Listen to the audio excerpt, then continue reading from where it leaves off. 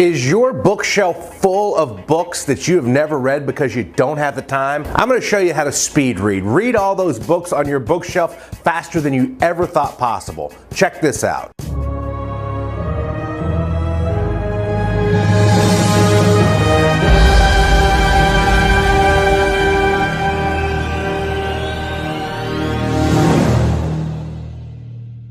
The average person reads 200 to 250 words per minute. There's no reason that you shouldn't be able to double, triple, or even quadruple that with these very simple steps. The first key to reading faster is number one, when you get the book, read the table of contents, read the review, read the chapter summaries. These are often the most important things that the author wants you to get from their text. So by reading these, your brain will be aware and looking for them as you read. Next, don't sub-vocalize. In other words, whenever you read, don't say the words to yourself. Don't read to yourself. Even if you're saying them very softly to yourself, the act of saying them is going to slow your reading speed down.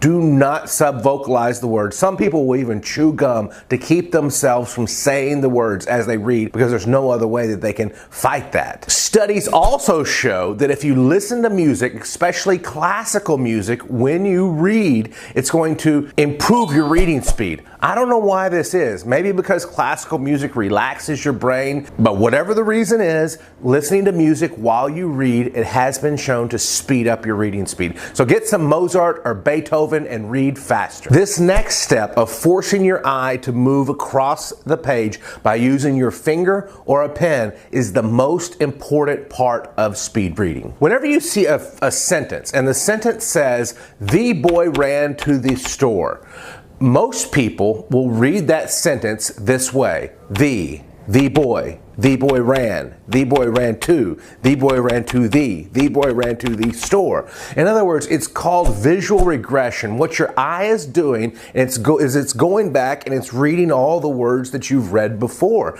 And it's doing it so fast that you don't even realize that you're doing it. And that is the biggest thing that slows you down when reading. It's the visual regression, your eye bouncing all over the page.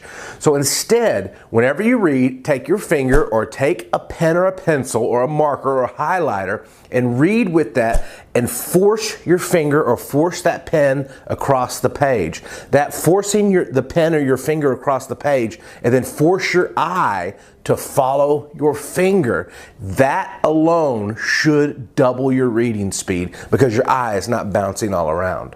The next key to speed reading is learning to see groups of words.